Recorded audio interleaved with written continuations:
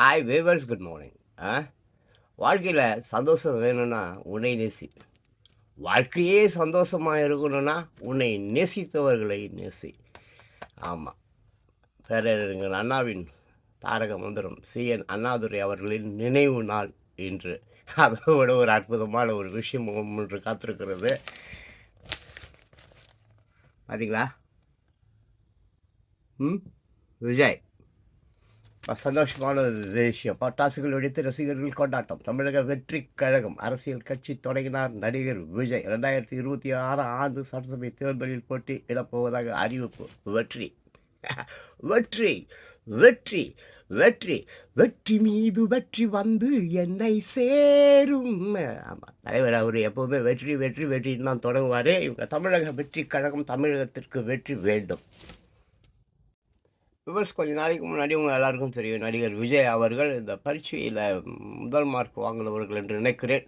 அவங்களெல்லாம் வரவழைச்சு மோஸ்ட்லி எவ்வளோ 11 மணி நேரமோ 12 மணி நேரமோ நின்று கொண்டே அப்படியே நின்னவர் நிற்க ஆரம்பிச்சவர் கடைசி வரைக்கும் நின்று கொண்டே அந்த பசங்களுக்கு பரிசுகள் கொடுத்தார் என்று கேட்கிறேன். அப்பொழுது அவர் யூஸ் பண்ண சில வார்த்தைகள், அண்ணாவை போல். யாரை போல்?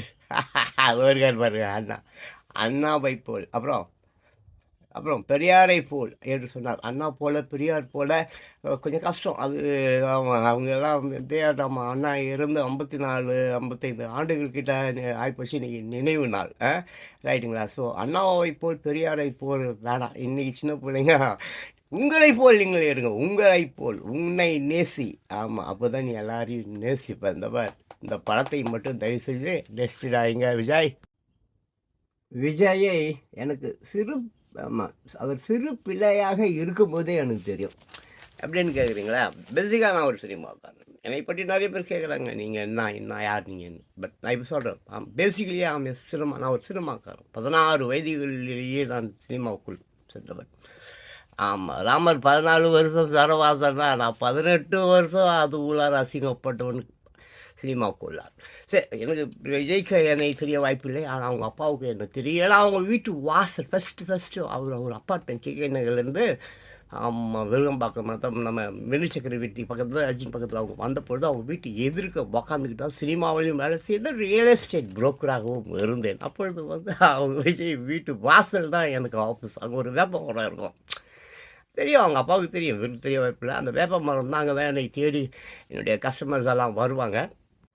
மிஸ்டர் விஜய், அண்ணா அவர்கள் பிஏ ஹானர்ஸ் பண்ணிட்டு மனைவி ராணியையும் தொத்தாவையும் காப்பாற்றணும்னு படித்து முடித்தவர், இல்லை நான் வேலைக்கு போக மாட்டேன்னு சொல்லிட்டு பொது வாழ்வுக்கு வந்தார். தமிழ் மக்கள் வந்தார். எம்ஜி ராமச்சந்திரன் அதே மாதிரி தான். அவர்களுடைய இன்ஃப்ராஸ்ட்ரக்சர், எம்ஜிஆர் சினிமாவில் தண்ணி அடிக்கக்கூடாது, சிகரெட் குடிக்கக்கூடாதுன்னு எப்படி இருந்தாலும் அதே மாதிரி பொது வாழ்விடம் இருந்தார்.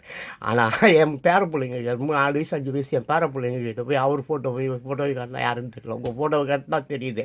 ஸோ அந்த காலம் வேறு, இந்த காலம் வேறு. இந்த கால பசங்களுக்கு ஏற்றாற் போல் தான் நீங்கள் இருக்க வேண்டும். அதே மாதிரி உங்கள் சொத்து பணங்கன்னா எல்லாமே விரயம் ஆகும். உங்கள் புகழ்கள் எல்லாமே விரயம் ஆகும். நீங்கள் எம்ஜிஆர் 5-6 வருஷம் ஆச்சா கட்சி பண்ணி அதுக்கப்புறம். ஆமாம், அதனால் நிறைய விரயங்கள், நிறைய அவமானங்கள், ஏகப்பட்ட துன்பங்கள்லாம் ஏற்படும். இருந்தாலும் அத்தனையும் நீங்கள் இழந்து மக்களுக்கு சேவை செய்வீர்களே. ஆனால் இந்த ஃபீல்டுக்கு வாங்க. எனிவே, மிஸ்டர் விஜய், இதை பற்றி பேசுவதற்கு எனக்கு எந்த தகுதியும் இல்லை. ஃபஸ்ட்டு அது வேறு விஷயம். நான் ஜஸ்ட் குடிமகன், அவள் தான். இந்த இந்த இந்த சமுதாயத்தில் வாழக்கூடிய ரொம்ப ரொம்ப கஷ்டப்பட்டு வாழக்கூடிய ஒரு சாதாரண ஒரு மனிதன். ஆமாம், இளைஞர்களே வாங்க வாங்கன்னு தினமும் கத்திக்கிட்டு நம்ம தான் நேற்று வரைக்கும் திடீர்னு நீங்கள் என்னது வருவீங்கன்னு எனக்கு தெரில. But அனிவே, I welcome you. ஆமாம், நீங்கள் வாங்க. ஏகாப்பட்ட பிரச்சனைங்க இருக்கும். கழுவி ஊற்றுவானுங்க. உங்கள் பின்னால் இருக்கிறவனே ஒன்றும் குத்துவானுங்க. உங்கள் ஃபேன்ஸ் எல்லாம் கூட ஓடி போகிறதுக்கு வாய்ப்பு இருக்குது. இருந்தாலும் நீங்கள் சேர்த்து வச்சுருக்கிற பணம் கீணம் சொத்து கித்து அத்தனையுமே சரி, மக்களுக்காக உங்களால் செய்ய முடியும்னா, இறங்கி செய்ய முடியும்னா, அதை மக்களுக்கு கொடுக்க முடியும்னா, மக்கள் பசியோடு பட்னியோடு இன்றைக்கி ஏமாற்றப்பட்டு கொண்டிருக்கிறார்கள். இங்கே இருக்கிற அந்த இப்போ ஆட்சி பண்ணின்னு இருக்கிறவங்க கிட்டேருந்து காப்பாற்றுறது தான், மக்களை காப்பாற்றுறது தான். தைரியமாக உள்ளே வாங்க.